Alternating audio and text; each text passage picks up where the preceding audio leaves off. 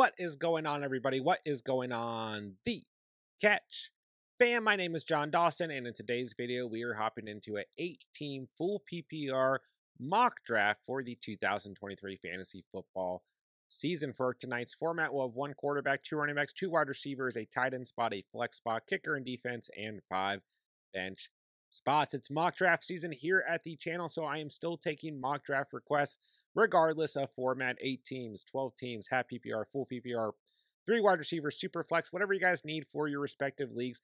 I'm happy to put together a video just like this one where I give you guys round by round roster construction advice. But my schedule is filling up very quickly. I'm getting a ton of requests, so make sure if you guys have any requests for your specific mock drafts that you guys drop them in the comments down below. As long as you guys are subscribed to the channel, which if you're not, I do kindly ask if you find today's video helpful or want a mock draft done, that you guys go ahead and subscribe to the channel. Hit that like either way on the way in, and if you guys have any other comments, questions, concerns pertaining to the 2023 fantasy football season, let me know down below. I'll get back to you as soon as I can. Without further ado, let's not waste any more time. Let's hop into today's video. All right, so for the purpose of today's video, like I said, requested that I draft from the 1.4. So really, in the first round of your 18 mocks, you probably just want to go with the best available player. So obviously it's going to be a wide receiver or running back. For me at the 1.4, I'm probably going to target Bijan Robinson because in most of your leagues, you're going to see JJ, C-Mac, and Jamar Chase as the first 4 players off of the board. And for me, I just want to go ahead and probably go with the hero running back style. Get Bijan here. If you want to go Eckler here, Tyreek Hill, that's fine as well. But for me, I'm going to go ahead and get Bijan, take him off the board, and we're going to run with a hero running back approach for the majority of this draft. But once again, in your 8-team formats, you want to draft for as much positional advantage as possible, as well as much upside as you can possibly bring to your respective roster. And I think that Bijan can easily be a top 5 running back this year and just brings a tremendous amount of upside to the tables. We're kind of checking both of those boxes, right? We have upside and we have potential positional advantage on a weekly basis. Now, don't get me wrong, Travis Kelce available there obviously offers positional advantage. I never mind going out and getting Kelce in the first at any point in an 8-team draft because that positional advantage is huge. But nonetheless, we're going to go ahead and knock out a couple wide receivers here. So I'll go A.J. Brown here. I don't really mind Amon-Ra St. Brown. And if you wanted to go ahead and draft a quarterback right here and go Patrick Mahomes, I'm not necessarily against that as well. But for me, I want to go ahead and start filling out that roster, get a couple wide receivers on here, get a solid flex option as well, because the opposing wide receivers you're going to face on a weekly basis, especially considering that this is a full PPR format we're practicing for, are going to be very good on a weekly basis. We want to make sure that we're ensuring that we have players that we believe in at the wide receiver position. Nonetheless, when we're looking at these 18 mocks, right? Quarterbacks and tight ends, we want that positional advantage. We definitely do. I'm going to go Jalen Waddle right here. But I do think you can always somewhat fade quarterback and tight end to a degree. Depends on your league. You guys know your leagues better than I do. And still come out of your draft with a very good quarterback and tight end. But you just don't want to fade things too much. Plus, you want to read the draft board. Like, this is a draft so far through 3 rounds where we don't have a single quarterback taken. So now the likelihood of me landing a top tier quarterback at 4.5 is very high. There goes Josh Allen. So we'll continue to read the board. But if Mahomes or Hurts is there at 4.5, we just have to draft them. You can't give up that positional advantage. If they are both drafted, then we're starting to move into the next tier. Like, I still want to hit the tier of Burrow, Lamar, Justin Fields, preferably. And if I get Herbert or Lawrence, I'm still not upset. But I don't want to draft, a quarterback later than that, because then I feel like that positional advantage is taken away. So unless there's an absolute stud here, and in my opinion, there's enough value at wide receiver and running back moving forward. Plus, Patrick Mahomes, you just can't pass it up in an 8-team format. You're going to be going up against good quarterbacks every single week. Like, you think about that top tier quarterbacks in an 8-team format. Mahomes, Allen, Hurts, Burrow, Jackson, Fields, Herbert, T-Law. that is the top overall tier, in my opinion, in fantasy football. There are tier breaks within that tier, but that is the, ultimately the top tier at the quarterback position in fantasy football this year. And every team in your league is going to have one of those quarterbacks unless a team drafts two quarterbacks. And even then, there are still good names past that, like Watson, Prescott, Tua, guys who still bring upside to the table. Plus, there's always the threat of, players breaking into the top 10, like Kirk Cousins, Jared Goff, Daniel Jones, guys like that last year. And then, players like Kyler Murray still floating around. So point being, you're going to face good quarterbacks on a weekly basis. You got to snag up that positional advantage when it offers itself to you. And I do think positional advantage at quarterback is more important than positional advantage at tight end in these 8-team leagues. Nonetheless, we're sitting here, two wide receivers, a running back, and a quarterback. I do think the running backs, now that Kenneth Walker is gone, I'm not really in love with them. I feel like we can get pretty good value later on in this draft. So let's take Amari Cooper, who was your wide receiver 10 in fantasy last year. There are other good options there. Debo brings some nice upside here. DK Metcalf, you know what you're going to get out of Metcalf on a weekly basis. Keenan Allen, McLaurin, Hopkins, but I just feel like all this kind of veteran-esque tier right here doesn't present a ton of upside, but I do like Amari Cooper because you know what you're going to get. He's a great flex option. He can fill in as a wide receiver 2, wide receiver 1 if you need him to. Plus, the Browns, they're in line to throw the football a lot more this year, okay? Deshaun Watson's going to have a full offseason with his coaches, with his teammates, all of that good stuff. You add Elijah Moore to this offense, there's more threats. Going to be harder for opposing defenses to just buckle down on Amari Cooper. Njoku's there. DPJ's there. You can have a good run game with Nick Chubb. So overall, I think Cooper's in a really good spot to, as long as he's healthy, finish as like top 12 wide receiver again. I love him in this range of drafts. I also like DJ Moore right there. I don't mind reaching for him, but it kind of depends on your league. His ADP at the moment's kind of all over the place. So moving on to this next pick. Once again, I think we can wait one more round and still get a good enough running back. So let's knock out another wide receiver right here. You can go Christian Watson. You can go Christian Kirk. You can go Debo Samuel. I don't really mind. All these guys are fine, but let's go for a little bit of upside. Let's go ahead and draft Christian Watson. And, you might consider going running back before your fourth wide receiver. But now when we look at our roster, right, we're still in a hero running back build, and I'm happy with Bijan as that RB1. But now when we look at things, we have that fourth wide receiver who can fill in the flex spot, full PPR. That's very important to me. I value wide receivers over running backs. And we have another wide receiver, for bye weeks and, God forbid any injuries, can fill in for A.J. Brown, Jalen Waddle, and Amari Cooper. So we're pretty confident in this wide receiver room at this point in the draft. I still love Christian Kirk. There's part of me that would consider drafting Christian Kirk as a fifth wide receiver right here. And there are other good wide receivers still on the board. But I do think ultimately, at some point, we're going to have to start knocking out some running backs. I'm going to continue to hold off on tight end. I think we can still get a good value tight end late. And you know what? For the sake of today's mock draft, let's see what happens. Let's get Christian Kirk here. And now we're like basically done at wide receiver, right? We've knocked out our running back. We know that Bijan is going to be the bread and butter of the running back position for this team. And at the 8.5, 9.4, we're going to take the best available running backs. At 10.5, 11.4, we're getting another running back and our tight end. And then we're just going to fill out that final flex spot either with another running back or another wide receiver. But ultimately, our wide receiver room is absolutely stacked. Full PPR formats, whether you guys play in one flex formats or two flex formats, you're in a very good position right here. And if you go hero running back, if you get a stud in the first round, C-Mac, Bijan, Eckler, Barkley, or even a guy in the second round that you have a lot of faith in, Chubb, Pollard, Henry, depending on your draft, then I do think you can really hold off at running back in these 8-team leagues. And, I did talk about positional advantage being important and all of that stuff. But I just think when you look at the tier of running backs that are available as we move in to the 8.5, we're going to go in and get DeAndre Swift as our RB2. Tremendous amount of upside here. On one of the best offenses in the entire league, is going to be utilized as the pass catching running back, the third down running back, I think a lot of the times for the Eagles. So now we get a great RB2 behind Bijan Robinson. I kind of prefer Rachaad White as our RB3, who's just taken off the board. But now, 5 more selections until we pick again, or excuse me, 4 more selections until we pick again.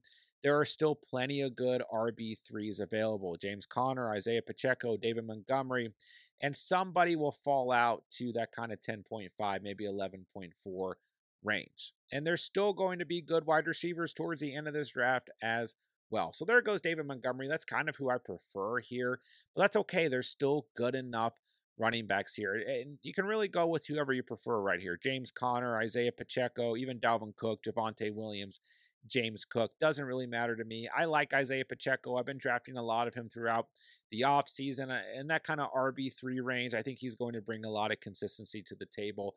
I think he's perfectly fine. Now, we did talk about positional advantage, and I do always think that's important in 8-team formats. And this kind of aggressive wide receiver strategy definitely affects some of that positional advantage at the running back position. But if you have a stud, like we were just talking about, hero running back, someone that you get in the first, maybe the second that you have a lot of faith in, and you're just rotating that RB2 spot throughout the season, it's not the end of the world. Your wide receivers are going to absolutely ball out. You know that for sure. We have probably the best quarterback in all of fantasy football, and Patrick Mahomes. I know Allen and Hurts. I mean, that tier, you can kind of go back and forth. But ultimately, we have an absolute stud in Mahomes at the quarterback position. So we still have a lot of positional advantage within this roster. It's just at the wide receiver and quarterback position. And now you want to look at, available tight ends. You can let a good tight end just fall to you. I mean, Goddard's still on the board. He might get selected before we draft at 10.5, but even if he does, like Darren Waller, Evan Ingram, Pat Fryermuth, David Njoku, like the point differential between, Travis Kelsey, Mark Andrews, TJ Hawkinson, and every other tight end last year, once you get past that third tight end, so basically tight end 4 to like tight end 12, a lot of those tight ends finished with very similar overall fantasy points. So I'm just not too concerned. And if you just slip completely at the tight end position, just draft Cole Kmet late and you'll be fine. So, right here, we could draft another wide receiver. I'm not going to. You can just go ahead and just select the best available running back, whoever you think that is. Dalvin Cook, Javonte Williams, AJ Dillon, Antonio Gibson. I don't really mind any of these guys. I'm going to draft against ADP. I'm going to go Antonio Gibson here because I think he brings a little bit of upside to the table. So as our RB4, I don't mind him. Dalvin Cook in the situation where Brees Hall is there, coming off a shoulder injury and everything. It's like, yeah, I like the Jets offense and their potential this year, but I don't know. It's still, just something that I don't feel great about. Javonte Williams coming off of his injury. I was starting to kind of rise on Javonte Williams. I do think he's a good value there, but the Broncos looked abysmal in their first preseason action. I'm just kind of back and forth with that running back room. And, I do like AJ Dillon there as well, but he's not too far from Gibson for me. And I just think Gibson at least brings that PPR upside at the end of the day. So now we've got 4 running backs. We've got plenty of wide receivers. We can go ahead and take our tight end here. I do think Evan Ingram brings a good amount of upside. Fryermuth, Ingram, and Njoku, Komet, whoever you want to go with there is fine. And then essentially at the 12.5, we're just going to draft the best available player and move along. All right, so the 11th round wraps up here. Njoku, Dillon, Fryermuth, Zay Flowers, Romeo Dobbs kicks off the 12th round. And really, like I said, doesn't really matter. Even if you want to go, like, it's kind of ballsy to go with the second quarterback, but you can because that steals positional advantage from another team in your league. You can go with the second quarterback at this point in the draft. Yeah, there goes Trevor Lawrence. And I would imagine, Justin Herbert probably goes right here, or this team kind of risks it and doesn't go. He goes Watson. So Herbert is sitting right here, and I do feel like he's the best available player. I mean, we're stacked at wide receiver. We have 4 running backs. So this is always something you can consider doing. If you went running back here, it's still Brian Robinson with already having Gibson. If you go wide receiver here, it's probably Sky Moore for me. But our Cortland Sutton is fine here as well. We've got 5 wide receivers. Let's just make it 6. Let's go for some upside. Let's get Sky Moore. But yeah, I mean, if you did want to go Justin Herbert right there, in this scenario, I think it's okay. I do think in most drafts, Herbert's going to go before Watson. But like I said, you kind of sacrifice a skill position player, and already having a guy like Mahomes, I'm not really worried about quarterback at all. But the thing that it does is that there's a team out there who now doesn't have Justin Herbert, and he's on your bench. And you at least get Justin Herbert for the bye week, right? So, it steals positional advantage from somebody in your league. And then you do have a quarterback who, has the potential to fill in, of course, for Mahomes on his bye week because I do have different bye weeks, which I did just check. So, nonetheless, that would be an okay pick, but I do like Sky Moore here as kind of an upside wide receiver 6. So now you're just going to draft a kicker in defense. Don't overthink it. I prefer to go defense before kicker, but at the end of the day, you can stream both defense and kicker, and it's not going to affect your season ultimately at the end of when everything's set. So let's take a look at the team tonight. All right.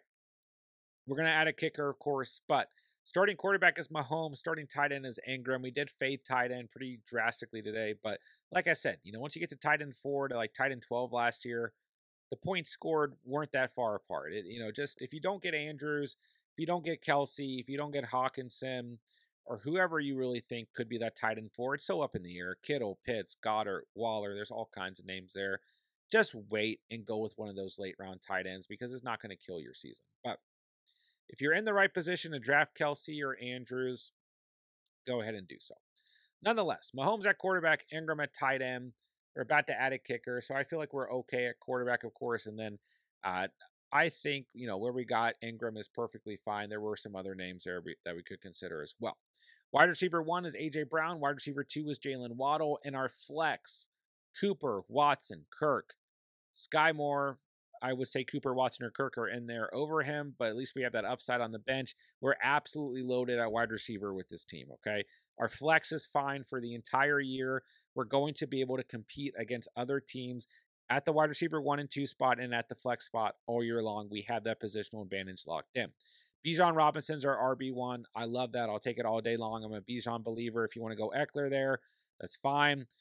I don't think you're going to go Barkley over either of those guys, but I love Bijan at the 1.4. I'm fine with that selection all day long.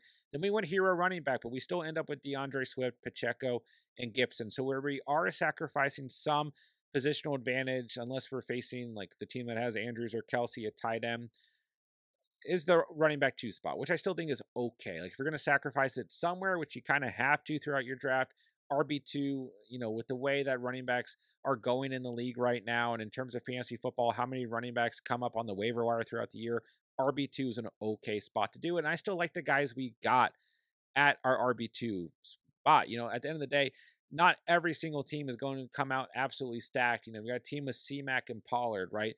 Team with Henry and JT. If he's out there, then obviously JT is going to more than likely be fine. A team with Jacobs, Etienne, and Walker.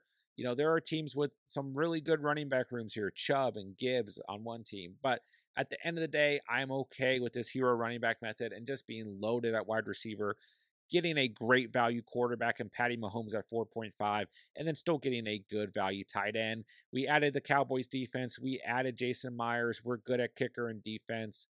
Ultimately, a good roster that we threw together tonight. So, hope you guys found this video helpful. If you guys are drafting from the 1.4 or just drafting in the 8-team format, like I said, I'm still taking mock draft requests regardless of format. 10 teams, 14 teams, half PPR, full PPR, super flex, 3 wide receivers, whatever you guys need. Let me know down below, but that schedule is filling very quickly.